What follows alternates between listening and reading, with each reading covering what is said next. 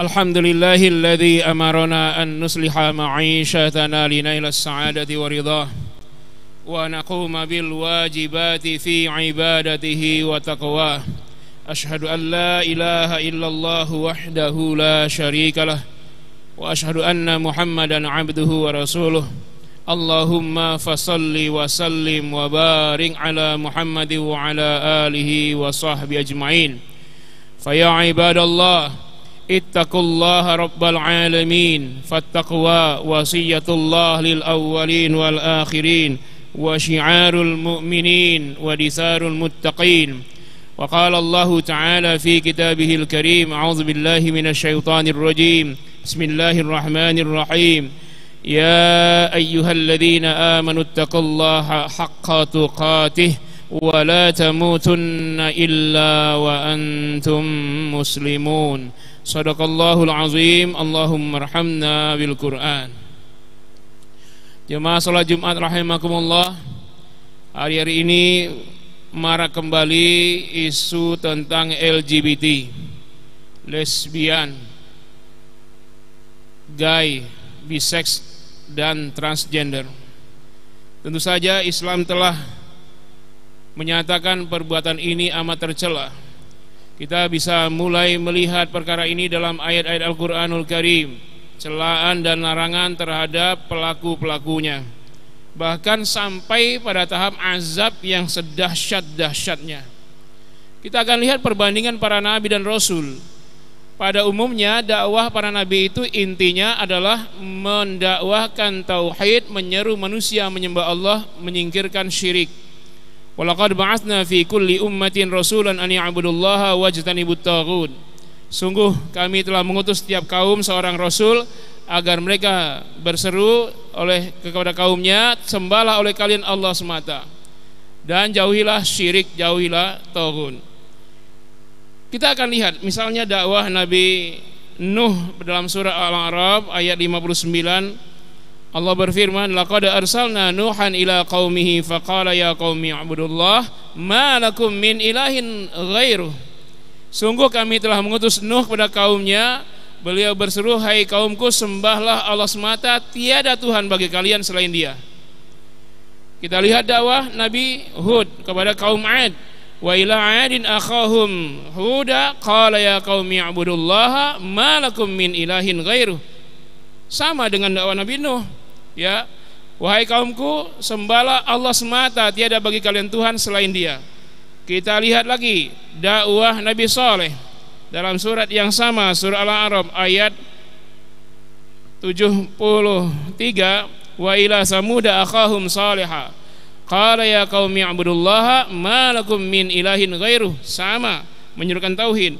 Juga Nabi Syuaib dalam surat Al-A'raf ayat 85, wa ila madyana akhahum syuaiba qala ya qaumi ibudullaha ma lakum min ilahin ghairuh. Dakwah Nabi Nuh, dakwah Nabi Hud, Nabi Saleh, Nabi Syuaib dan seluruh para nabi dakwahnya sama, menyerukan tauhid agar manusia jangan menyembah kecuali Allah semata. Namun kita lihat bagaimana dakwah Nabi Lut dalam surat Al-A'raf ayat 80, 81, 82, 83, 84. Walutan in qala liqaumihi. Dan ketika Nabi Lut berdakwah pada kaumnya, beliau tidak menyebutkan hai kaumku sembah Allah, jauhilah kalian syirik. Enggak.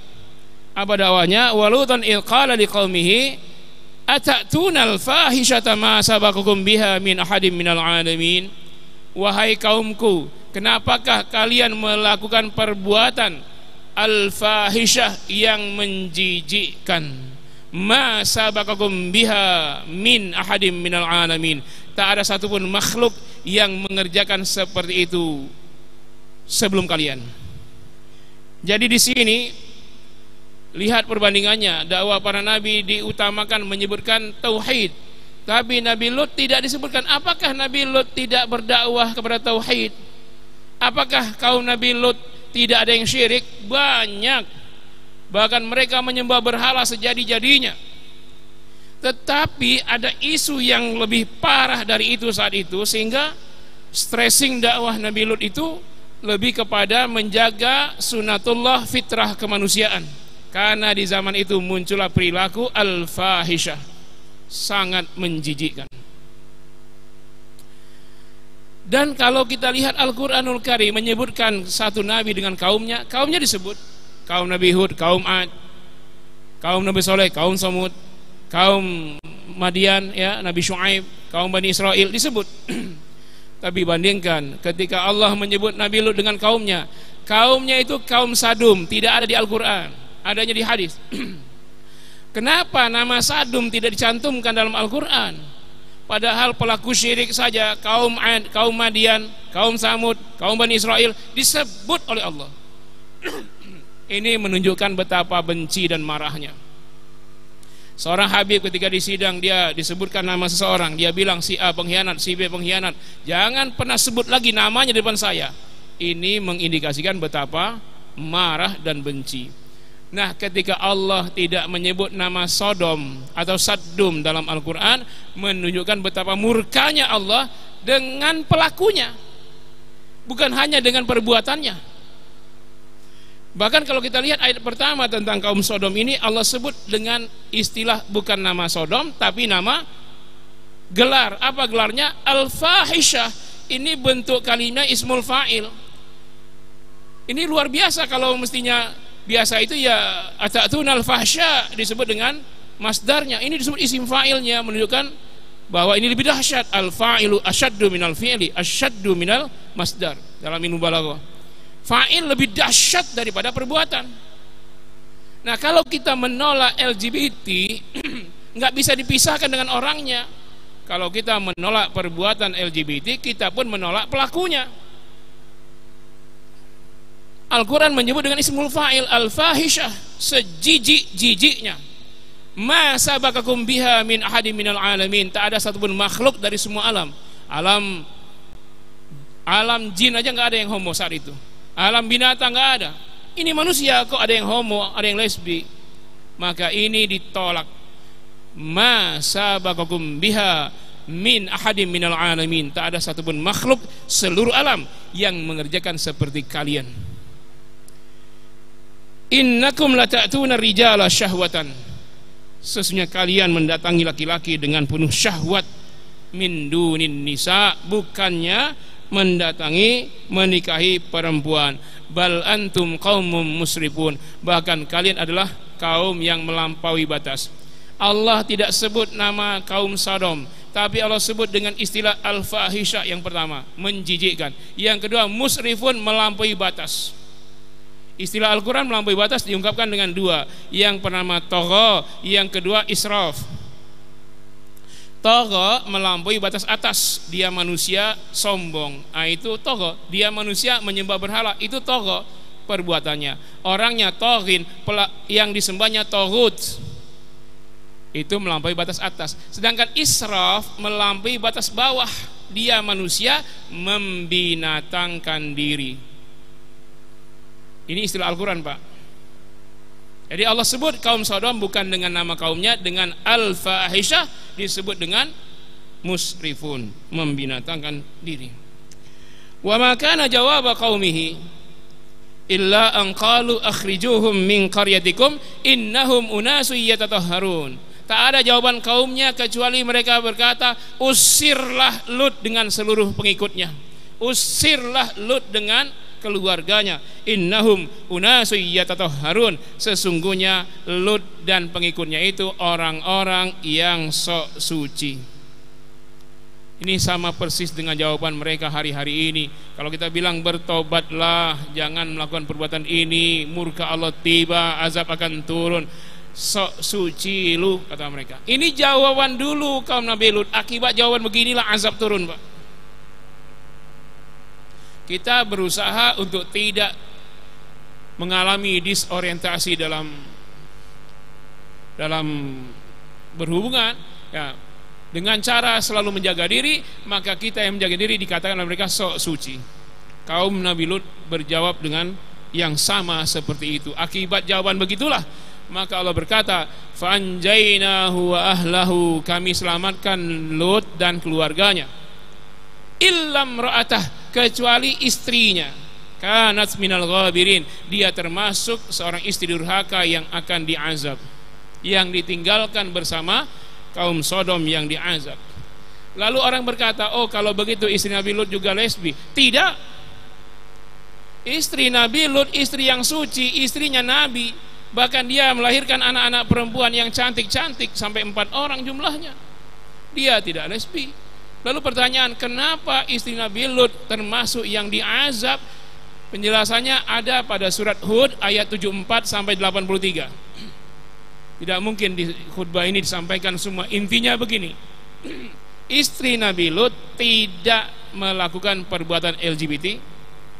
Hanya saja istri Nabi Lut tidak menolak orangnya.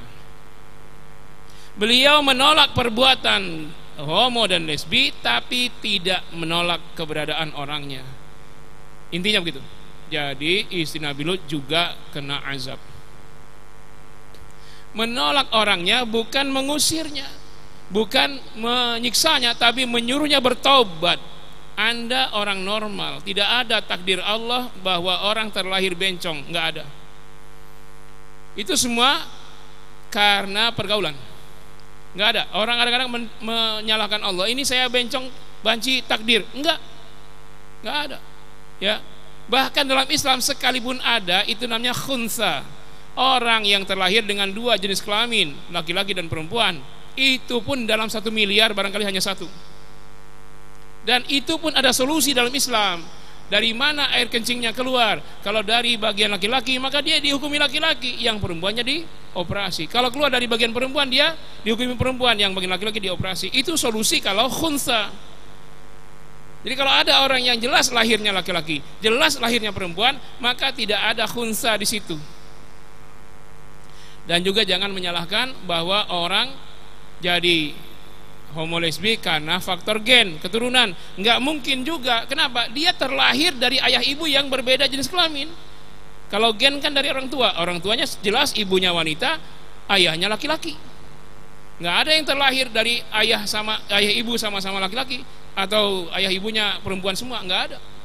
Nah artinya jangan salahkan gen, jangan salahkan takdir. Semata-mata orang jadi gay dan lesbi itu semata-mata karena pengaruh lingkungan, bukan takdir, bukan pula gen. Nah karena itu solusi dalam Islam, seorang yang sudah terkena virus homo dan lesbi ini segera diisolasi, dikarantina. Kalau dia laki-laki, diajarkan berperang, memanah, menombak, berenang, bela diri sampai durasi 4 bulan. Barulah kemudian dikeluarkan bersama komunitas sama laki-laki, yang perempuan dengan perempuan. Nah solusi Islam sudah jelas, sejak zaman Nabi sudah terjadi ada yang seperti itu, dan Nabi mengurungnya 4 bulan. Setelah jelas-jelas dia seperti laki-laki, baru dikeluarkan di komunitas yang jelas sesama laki-laki untuk berperang dan lain-lain, sehingga tidak ada yang homo ya di zaman Nabi itu. Ada solusinya dalam Islam. Nah karena jawaban kaumnya seperti itu, karena istrinya tidak menolak keberadaan orangnya, maka mereka diazab. Apa azabnya? Bertubi-tubi, berduyun-duyun. Yang pertama, banjir sedahsyat-dahsyatnya. Dalam surah Araf ayat 84. Wa amtarna alaihim matara fanzur kaifa kana aqibatul mujrimin. Kami turunkan banjir sedahsyat-dahsyatnya. Saksikanlah bagaimana kesudahan para kriminal. Jadi di ayat ini ditambah lagi gelar mereka dengan mujrimin, kriminal. Selesaikah dengan banjir itu? Ketika banjir menghanyutkan rumah-rumah mereka, mereka pun hanyut. Ketiban kaki mereka patah, tulang-tulang mereka, ada patahan kayu yang tajam mencolok mata mereka, tersayat dengan seng yang dialiri air banjir. Tapi semua itu belum mematikan mereka, hanya untuk menyakitkan saja. Turun lagi azab berikutnya sebagaimana dalam surat Hud ayat 82. Terjadi gempa dahsyat, ya, gempa yang belum pernah terjadi selama itu, lama dan dahsyat. Ketika gempa dahsyat terjadi, maka negeri mereka dibalikkan. Prosesnya, falamma jaa amruna, ketika datang azab dari kami, ya, ja'alna 'aliyaha safilaha, kami balikkan negeri mereka, yang bawah ke atas, yang atas ke bawah. Jadi gempa dahsyat, setelah gempa dahsyat lempengan buminya longgar, sementara inti bumi itu panas mendorong ke atas. Wa amtarna 'alaiha hijaratan min sijilin mandud. Kami hujani dari langit dengan batu-batu berapi, meteor berapi. Jadi negeri mereka lepas, ya, sementara dari atas dentuman meteor ketemu di tengah. Betapa dahsyatnya dentuman tersebut. Meteor jatuh ke bumi saja dahsyat, apalagi yang buminya naik, meteornya turun. Tum. Nah, ketika hujan meteor itu menghujani bagian pinggirnya, terbaliklah di langit, lalu ditarik kembali oleh gravitasi. Dihujani meteor dari atas, tum, tertariklah oleh gravitasi kota mereka, dan mereka puluhan kilometer ke dalam tanah. Wa amtarna 'alaiha hijaratan min sijilin mandud. Dan batu-batu sijil, sijil itu artinya daftar, ada tulisan. Jadi batu-batu yang ada tulisan nama-nama mereka itu kemana-mana menghujani bertubi-tubi, dan batu itu mengejar kemanapun kaum Sodom. Jadi kalau kaum Sodom sedang ada di Mesir, maka batu itu ke Mesir mengejar pelakunya. Jadi tidak kena orang Mesir, tapi kena si orang Sodom saja. Jadi kalau ada ketika azab itu turun, kaum Sodom yang sedang di luar kota, sedang dagang, sedang apa, batu itu mengejar mereka sampai menimpukin kepala mereka, sampai mereka tersiksa dan mati. Sekalipun di negeri lain, bukan di negeri Sodom, tidak terjadi gempa dahsyat itu. Jadi mereka secara merata semua kena azab. Apa di akhir ayat Allah mengatakan musawwamatan 'inda rabbik wa ma hiya minadh zalimina biba'id. Itulah azab yang rata semuanya, tak tersisa dari sisi Tuhanmu. Wa ma hiya minadh zalimina biba'id. Dan azab yang sama tidak akan jauh dari pelaku-pelaku kezaliman. Jadi azab yang seperti itu bagi pelaku dosa yang sama akan terjadi lagi kalau dibiarkan. Karena itu dakwah amar ma'ruf nahi mungkar mencegah turunnya azab. Kalau tidak ada dakwah, azab turun. Kalau kita biar saja, diam saja, terlibat kena dosanya. Kalau azab turun, tidak hanya pelakunya yang kena. Wattaqu fitnatal ladzi la tusibanna alladziina zalamu minkum khassah wa'lamu annallaha syadidul 'iqab. Takutlah kalian dengan azab yang turun, yang tidak hanya mengenai pelaku kezaliman semata, semua kena. Ketahuilah sesungguhnya azab Allah amat dahsyat. Dan pada ayat ini lagi-lagi nama Sodom tidak disebut Quran, tapi disebut Az-Zalimin. Jadi Allah menyebutkan nama Sodom bukan dengan nama kaumnya, Allah sebut dengan Al-Fahisyah, sejijik-jijiknya, musrifun, membinatangkan diri, sayyiat, mujrimin, pelaku kriminal, sayyiat, pelaku kejelekan, perbuatan jelek, dan Az-Zalimin. Az-Zalimin sering pula disebut untuk orang yang syirik, ya, inna syirka la zulmun azim. Jadi tidak disebut dengan nama kaumnya, disebut dengan gelar-gelar yang sangat nista. Karena itu jagalah generasi kita, anak kita, cucu kita dari terlibat dan terangsang menjadi kaum gai, kaum lesbi. Jaga kemurnian fitrah manusia. Jagalah, bahkan binatang saja tidak ada yang ketemu laki dengan laki kawin. Mereka berantem, kucing dengan kucing, ayam jantan dengan ayam jantan. Mereka berantem, bukan kawin. Nah, hati-hati ini, jaga martabat fitrah manusia, sehingga nanti ketika berjumpa Allah dengan keadaan suci fitrah, bersih hati, bersih jiwa, ya, bersih dirinya, sehingga berjumpa Allah dengan keadaan bersih, husnul khotimah, bukan su'ul khotimah. Dan negeri ini dijauhkan dari segala macam azab dengan menjauhkan perbuatan mungkar, apalagi yang menjijikkan seperti LGBT tersebut. Semoga kita tetap menjadi umat Muhammad, umat Nabi Muhammad yang suci bersih dan terhindar dari kekotoran jiwa, kekotoran hati, dan kekotoran perbuatan. Barakallahu li wa lakum fil Qur'anil Karim wa nafa'ani wa iyyakum bima fihi minal ayati wa dzikril hakim wa taqabbalallahu minni wa minkum tilawatahu innahu huwas samiul alim. Allahumma صل على سيدنا محمد وعلى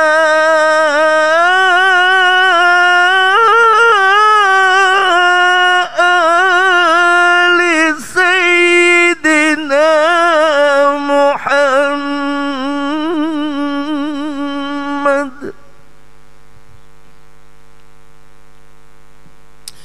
إن الحمد لله نحمده ونستعينه ونستغفره ونستهديه ونتوب إليه ونعوذ بالله من شرور أنفسنا ومن سيئات أعمالنا. من يهده الله فلا مضل له ومن يضلله فلا هادي له. أشهد أن لا إله إلا الله وأشهد أن محمدا رسول الله. أعوذ بالله من الشيطان الرجيم. فقلت استغفروا ربكم إنه كان غفارا يرسل السماء عليكم مدرارا ويمددكم بأموال وبنين ويجعل لكم جنات ويجعل لكم أنهارا. فيا عباد الله اتقوا الله وأطيعوه. وفيا عباد الله إن الله وملائكته يصلون على النبي يا أيها الذين آمنوا صلوا عليه وسلموا تسليما. اللهم صل على محمد وعلى آل محمد. اللهم اغفر للمسلمين والمسلمات والمؤمنين والمؤمنات الأحياء منهم والأموات فيا قاضي الحاجات. اللهم اغفر لنا ذنوبنا ولوالدينا وارحمهم كما ربونا صغارا. اللهم إنك عفو تحب العفو فاعف عنا. اللهم انصر من نصر الدين واخذل من خذل المسلمين. اللهم إنا نعوذ بك من جهد البلاء ودرك الشقاء وسوء القضاء وشماتة الأعداء. اللهم إنا نعوذ بك من زوال نعمتك وتحول عافيتك وفجاءة نقمتك وجميع سخطك. اللهم اجعل بلدنا هذه إندونيسيا وكل بلاد المسلمين آمنة مؤمنة كبلدة قلت في القرآن الكريم بلدة طيبة ورب غفور. اللهم انصر من نصر الدين. اللهم انصر إخواتنا المستضعفين المؤمنين في كل مكان. اللهم انصر إخواتنا المسلمين روهينيا وأويغور ومسلمين في بلاد فلسطين ومسلمين في كل مكان. اللهم سلم وانصر وافتح لمجاهدين في سبيل الله في كل مكان. اللهم افتح لمجاهدين فلسطين. اللهم العن على اليهود. اللهم العن على جيوش إسرائيل في بلاد فلسطين. اللهم أنزل عذابك على جيوش إسرائيل عذابا عظيما وعذابا مقيما وعذابا شديدا. اللهم أعد المسجد الأقصى إلى رحاب المؤمنين. اللهم أعد المسجد الأقصى إلى رحاب المؤمنين. اللهم ارحمنا برحمة القرآن واهدنا بهداية القرآن واجعلنا من حفاظ القرآن واجعلنا من أهل الله في الأرض أهل القرآن. واجعل القرآن لنا شفيعا في الدنيا وأمهاتنا وأولادنا وبناتنا وإخوتنا وأخواتنا وأزواجنا وذرارينا وعلماءنا وحبائبنا وأساتذتنا وشيوخنا ومشايخنا وجماعاتنا في هذا المسجد Islamic Center وفي كل مساجد المسلمين من أهل الجنة. اللهم أدخلنا جنتك الفردوس. اللهم اجعلنا ممن يدخل الجنة بغير حساب مع النبيين والصديقين والشهداء والصالحين وحسن أولئك رفيقا. ربنا آتنا في الدنيا حسنة وفي الآخرة حسنة وقنا عذاب النار. فسبحان ربك رب العزة عما يصفون وسلام على المرسلين والحمد لله رب العالمين.